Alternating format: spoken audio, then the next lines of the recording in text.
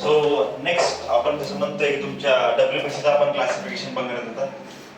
डब्ल्यूबीसीचं classification actual मध्ये तुमचं WBC या दोन प्रकारे क्लासिफाईड आहे, ज्यामध्ये एक ग्रॅन्युलोसाइट्स आणि एक ग्रॅन्युलोसाइट्स. या प्रकारे दोन प्रकारे तुमचं डब्ल्यूबीसी क्लासिफाईड आहे, ज्यामध्ये जर आपण म्हणलं ग्रॅन्युलोसाइट्स म्हणजे त्याच्यामध्ये ग्रॅन्युल्स आहे, अग्रॅन्युलोसाइट्स ज्यामध्ये ग्रॅन्युल्स ऍब्सेंट आहे. ओके, अग्रॅन्युलोसाइट्स आणि ग्रॅन्युलोसाइट्स. ग्रॅन्युलोसाइट्स मध्ये नथिंग बट त्याच्यामध्ये ग्रॅन्युल्स प्रेझेंट आहेत आणि तुमच्या अग्रॅन्युलोसाइट्स मध्ये ते ग्रॅन्युल्स ऍब्सेंट आहेत. ओके, ग्रॅन्युलोसाइट्स ऍक्च्युअल मध्ये तीन प्रकारे अजून क्लासिफाईड आहेत, त्याला आपण BEN असं म्हणू. BEN nothing but very first is your basophils, eosinophils आणि न्यूट्रोफिल्स. असे तीन वेगवेगळे क्लासिफिकेशन तुमच्या ग्रॅन्युलोसाइट्स मध्ये. ग्रॅन्युलोसाइट्स मध्ये तुमच्या अजून दोन क्लासिफिकेशन पडतात, त्याला आपण लिम्फोसाइट्स म्हणतो आणि सेकंड तुमचं मोनोसाइट्स असं म्हणतो. राईट, परत तुमच्या लिम्फोसाइट मध्ये अजून दोन आहेत, एक बी लिम्फोसाइट आणि एक टी लिम्फोसाइट. अशा प्रकारे तुमच्या डब्ल्यूबीसीचं क्लासिफिकेशन आहे. व्हेरी फर्स्ट इज ग्रॅन्युलोसाइट्स आणि अग्रॅन्युलोसाइट्स. ग्रॅन्युलोसाइट्स नथिंग बट त्याच्यामध्ये ग्रॅन्युल्स प्रेझेंट आहेत, अग्रॅन्युलोसाइट्स मध्ये ग्रॅन्युल्स ऍब्सेंट असतात. ग्रॅन्युलोसाइट्स nothing but basophils, eosinophils, neutrophils. अग्रॅन्युलोसाइट्स मध्ये लिम्फोसाइट्स, त्याच्यामध्ये बी आणि टी लिम्फोसाइट्स, तुमचे मोनोसाइट्स. ओके, अशा प्रकारे तुमच्या ओव्हरऑल डब्ल्यूबीसीचं क्लासिफिकेशन असतं. राईट, त्यानंतर तुमच्या डब्ल्यूबीसीचा जर आपण काउंट बघितला तर ऍक्च्युअली तुमच्या बॉडीमध्ये डब्ल्यूबीसी हे 6000 to 8000 असे असतात.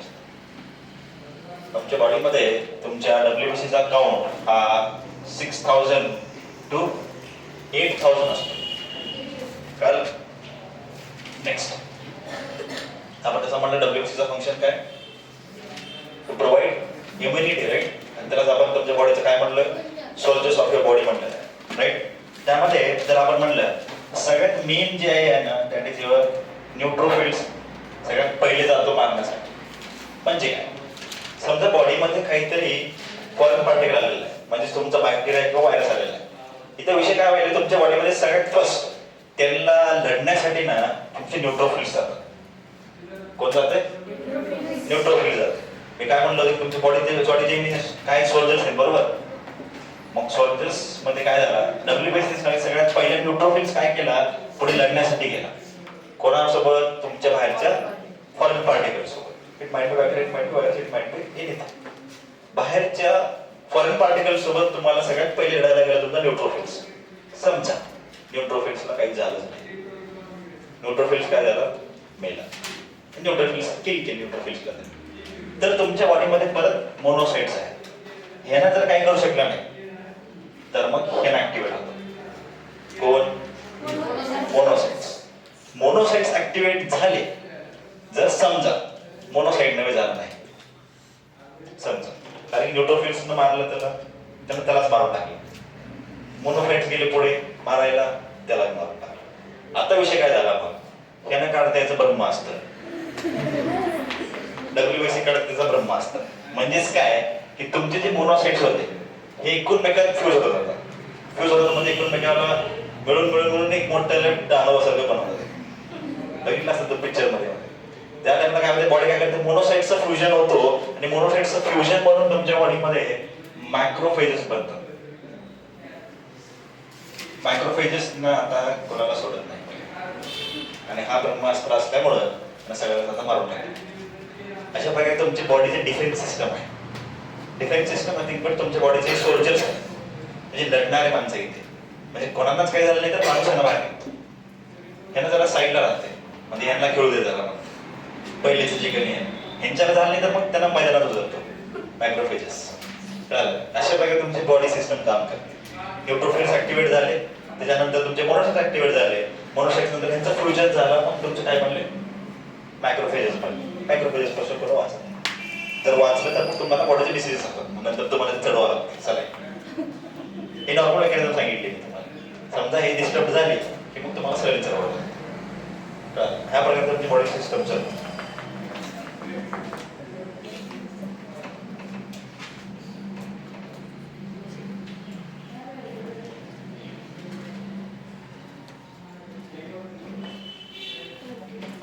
नेक्स्ट तुमच्या प्लेटलेट्स बद्दल आपण बघू.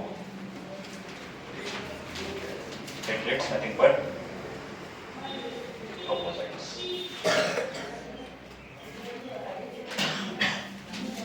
प्लेटलेट्सचं बेसिक फंक्शन तुमच्या बॉडीमध्ये क्लॉटिंगच आहे. मेन क्लॉटिंग म्हणजे काय? आपण बघत असताना प्लाझ्मामध्ये अजून एक प्रोटीन बघितलं, त्याचं नाव काय होतं? प्रोटीनचं नाव काय होतं? लवकर अँटीक्लॉटिक फॅक्टर बघितलं होतं आपण, प्लाझ्मा मध्ये होतं प्रेझेंट. काय होतं त्याचं काम?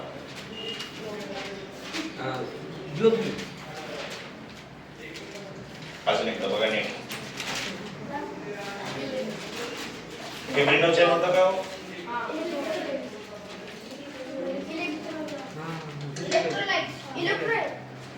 कुठं काय मिक्स केलं तुम्ही? कशात मिक्स करून टाकलं रे? मी काय विचारलं, तुमच्या प्लाझ्मामध्ये अँटीक्लॉटिक फॅक्टर आहे फिब्रिनोजेन आहे. इलेक्ट्रोलाइट्स काय? इलेक्ट्रोलाइट्स म्हणजे नथिंग बट कोण आहेत ते? Sodium, potassium, calcium, chlorine, bicarbonate ions, हे सगळे इलेक्ट्रोलाइट्स मध्ये पडतात. यांच्याला मिक्स करू नका. आपण काय बघितलं होतं प्लाझ्मामध्ये? प्लाझ्माचं कंपोजिशन बघितलं होतं. 90 to 92% तुमच्या प्लाझ्मामध्ये काय प्रेझेंट आहे? वॉटर प्रेझेंट आहे. वॉटरच्या अलावा तुमच्या बॉडीमध्ये ते प्लाझ्मामध्ये ते प्रेझेंट होते. इलेक्ट्रोलाइट्स असेल, तुमचं वेस्ट मटेरियल असेल, किंवा प्रोटीन्स असते. हे तिन्ही वेगवेगळे आहेत. ते 8% मध्ये उरलेला पार्ट आहे. हे दोन्ही सेपरेट ठेवायचे, तुम्ही मिक्स करू नका सगळं सीजर. तर तुमच्या बॉडीमध्ये तुमच्या प्लेटलेट्सचा बेसिक फंक्शन क्लॉटिंगचा आहे असं मी जर म्हणलं तर याचं मिनिंग काय तुम्हाला मी सांगतो. आता काय की सगळ्यात पहिला मी जसं तुम्हाला दाखवलं होतं, ब्लड वेसल दाखवलं होतं असं. ओके, त्या ब्लड वेसल ऍक्शन मध्ये काय झालं? रप्चर झालं आणि ह्याच्यामधून तुमचे काय ब्लड बाहेर चाललं. ब्लड मध्ये हे ना असणारच की नसणार? ब्लड मध्ये जाय नाही ना? नाही आहे राईट. आरबीसी, डब्ल्यूबीसी, प्लेटलेट वगैरे सगळे प्लाझ्मा तुमच्या ब्लड मध्ये आहे. विषय काय झाला, ह्यांना जेव्हा कळालं की इथं काहीतरी लोच आहे, प्लेटलेट्सला कळालं काहीतरी लोच आहे. लोचा म्हणजे काय की मी पुढे जायच्या मध्ये बाहेर चाललोय, हे प्लेटलेट्सला कळालं म्हणजे काहीतरी बिघडलंय. नाही मी पुढे तर चाललो होतो पण अचानक बाहेर कसं काय? मग त्याला त्याच्या मागच्या माणसाला सांगते. प्लेटलेट्स मागच्या माणसाला सिग्नल देते की इथं जे बाहेर चालले होते का ह्याला तो काय कर, जरा असं बंद कर बटन. असं प्लेटलेट्स पहिल्यांदा करते. सगळ्यात पहिला जर कोणी ऍक्टिव्हेट होत असेल ना त्या ठिकाणी, म्हणजे प्लेटलेट्स काय करतात माहिती का? टेम्पररी क्लॉट बनवतात. टेम्पररी क्लॉट बनवणं म्हणजे काय की जेव्हा तुमचा ब्लड स्टार्टला मार लागल्यानंतर खूप येते बाहेर, लवकर ब्लड येते जास्त, नंतर मग थोडं येते. विचार बघितलं कधी? मार लागल्यानंतर पहिल्यांदा ब्लड खूप फास्ट येते, मग स्लोली येते. जे स्लोली येते का त्याचा रिझन हेच आहे की तुमच्या बॉडीमध्ये प्लेटलेट्स ऍक्टिव्हेट झाले. म्हणजे ह्यानं जर पुढे चाललं होतं असं जरा बाहेर गेलं की त्याला कळालं की आता काहीतरी विषय झाला, मी इथं बाहेर कुठं आलो वाटायला. मग विषय काय झाला, प्लेटलेट्स ऍक्टिव्हेशन झाला. प्लेटलेट्स ऍक्टिव्हेट झालं काय झालं? ऍग्रिगेशन झालं. ऍग्रिगेशन म्हणजे काय की जवळ येऊन थांबले सगळे. जवळ येऊन थांबले म्हणजे चेन बनवल्या. म्हणजे इथून एक चेन बनवली त्यांनी की इथून जे ब्लड जास्त चाललं होतं थोडं जाईल. म्हणजे समजा असं चेन बांधलेली आहे आपण इथून तिकडं, कोणतरी आता असतेच फर्म घेऊन जाते पुढे. मग त्यासाठी ते ब्लड काय प्लेटलेट्स काय करतात, प्लेटलेट्स पूर्ण बनवतात पण ते थोडं बाहेर येत असल्यामुळे थोडं ब्लड बाहेर येते. जेव्हापर्यंत तुमचं ते फायब्रिनोजेन ऍक्टिव्हेट होत नाही. फायब्रिनोजेन काय बनवते? फायब्रिन थ्रेड्स बनवते. आपण बघितलं होतं, म्हटलं तो फायब्रिन थ्रेड्स मध्ये तसं काय म्हणतात दोरा लाईक स्ट्रक्चर बनवते. अशा प्रकारे स्ट्रक्चर्स बनवतात. असे म्हणजे काय की तुमचं एक जाळी फॉर्मेशन नसते. जाळी म्हणतो तुम्ही, ओके, जेव्हा आपण असं म्हणतो की जाळी मधून काही जाते का बाहेर? म्हणजे जात नाही. मग हे जेव्हा क्लॉट बनते जाळीसारखा, याच्यामध्ये तुमचं ब्लड जात नाही आणि ब्लड जात नाही असल्यामुळं ह्या जागी जेव्हा जाळी बनते का तो हा पूर्णपणे क्लॉट जे झालं ते क्लॉट बनतो आणि तुमचं परत वापस तुमचं ब्लड सेल ब्लड वेसलचे रप्चर झालं तो वापस त्याच्या नॉर्मल पोझिशन मध्ये येते. पण सगळ्यात पहिले प्लेटलेट्स ऍक्टिव्हेट होतात, त्यानंतर तुम्हाला प्लेटलेट्स ऍक्टिव्हेट झाल्यानंतर त्याला काय करते, त्याला बोलवते एअर बॉब पडून. मी पकडून ठेवले पडमणी, अशा प्रकारचं त्यांचं माइंडसेट चालतं. बॉडीचे मेकॅनिझम असे चालते बरं. बॉडीचे मेकॅनिझम अशा प्रकारे चालते. प्लेटलेट्स ऍक्टिव्हेट झाल्यानंतर प्लेटलेट्सनं काय करतात, त्याला सिग्नल पाठवतात, चल रे बाबा आता पटकन पकडले मी म्हणलं तू ये आता, येऊन पटकन त्याच्याकडे क्लॉट बनव. हे पूर्णपणे क्लॉटिंग मेकॅनिझम वेगळ्या प्रकारे पडते, पण तुम्हाला नॉर्मली सांगितलं काय विषय आहे. नंतर मग जेव्हा क्लॉट झाला की आपल्या वेळेस वापस तुमचं नीट होतं. मार लागले, पट्टी पिट्टी केली, जेव्हा आपण पट्टी काढतो तेव्हा वापस त्या जागी नीट होती की नाही. मग बॉडीमध्ये काय प्रेझेंट आहे मग नीट करण्यासाठी? प्लेटलेट्स नाही. अजून एक टर्म भेटला होता सेल्स कुठला तरी, अजून एक सेल्स बघितलं होतं. व्हाईट ब्लड सेलला बनवते कोण पण? स्टेम सेल्स बनवतात ना, बरोबर आहे का नाही? स्टेम सेल्स आहेत बॉडीमध्ये, राईट? प्रत्येक जागेवर स्टेम सेल आहे. इथं मार लागलाय, इथं मार लागलाय, समजा मला इथं आता आपला हा ब्लड वेसल जे रक्त जाते आपोआप रिकव्हरी व्हायली, म्हणजे इथं आपोआप बनणार ते, म्हणजे आपोआप तुमची बॉडी काय होती, हील होऊन जाते आणि आपोआप तुमचं स्किन वापस येते त्या जागी. तुमचं समजा ह्या जागेचं काहीतरी फाटलंय, समजा म्हणजे कुठेतरी मार लागलाय, आपोआप तुमची स्किन नॉर्मलला येते due to that stem cells. Stem cells राहणे किती गरजेचं आहे बघा आपल्या बॉडीमध्ये, आणि नॅचरली आपल्या बॉडीमध्ये प्रेझेंट आहे. समजलं का काय? स्टेम सेलचा उपयोग कळालाच काय? मार लागल्यानंतर पटकन मग ते नंतर काही दिवसानंतर वेळ लागते बॉडीला, बॉडी आपोआप हील होती आपलं, पण त्याला वेळ लागते. त्याच्या आधी ह्या गोष्टी समजल्या असेल तर चांगली गोष्ट. समजली का? प्लेटलेट्स कळालं का तुम्हाला? कळालं. त्यानंतर तुमच्या प्लेटलेट्सचा जर आपण काउंट बघितला तर it is around 2.5 to 4.5 lakh. एक मिलियन्स मध्ये होतं आरबीसी, दुसरं थाउजंड्स मध्ये होतं, तिसरं these are the counts of your different blood cells, RBC, WBC and platelets, millions, thousands, lakhs. अशा प्रकारे तुमच्या प्लेटलेट्सचा काम. क्लियर? क्लियर.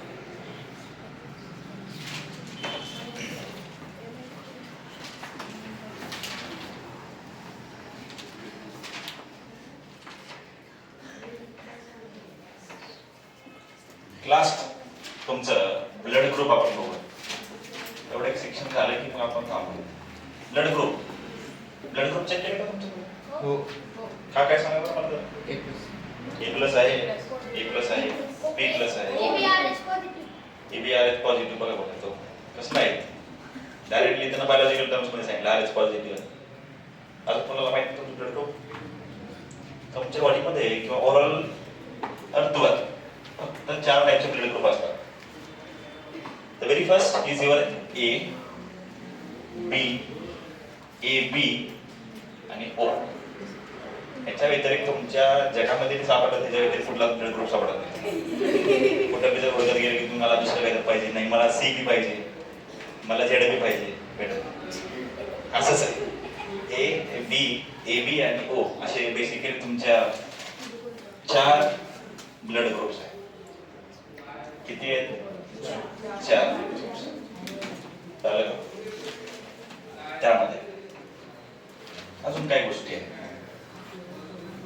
काय काय सांगतो तुम्हाला?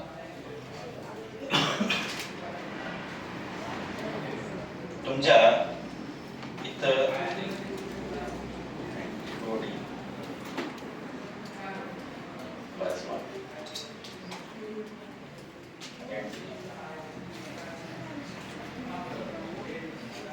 असे 2 मेन गोष्टी आहेत ते आपण बघूया. ज्यामध्ये आपण जर बघितलं तर तुमच्या ए मध्ये तुमचं ए अँटीजन असतो. तुमच्या ए मध्ये ए अँटीजन असतो आणि बी अँटीबॉडी असते. तुमच्या ए ब्लड ग्रुप मध्ये ए अँटीजन असतो आणि बी अँटीबॉडी असतो. कशामुळे ते सांगा.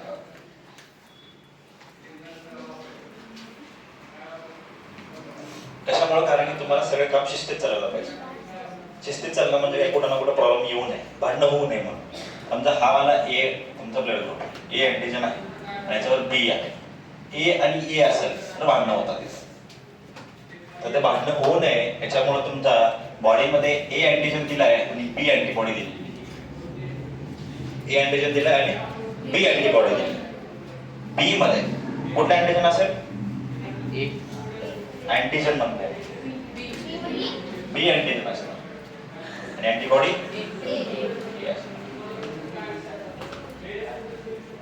ए B name of the blood group.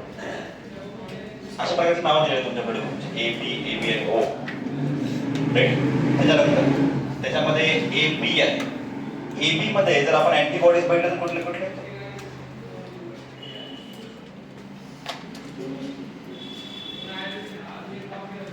आता इथं येऊ आपण. याच्यामध्ये काय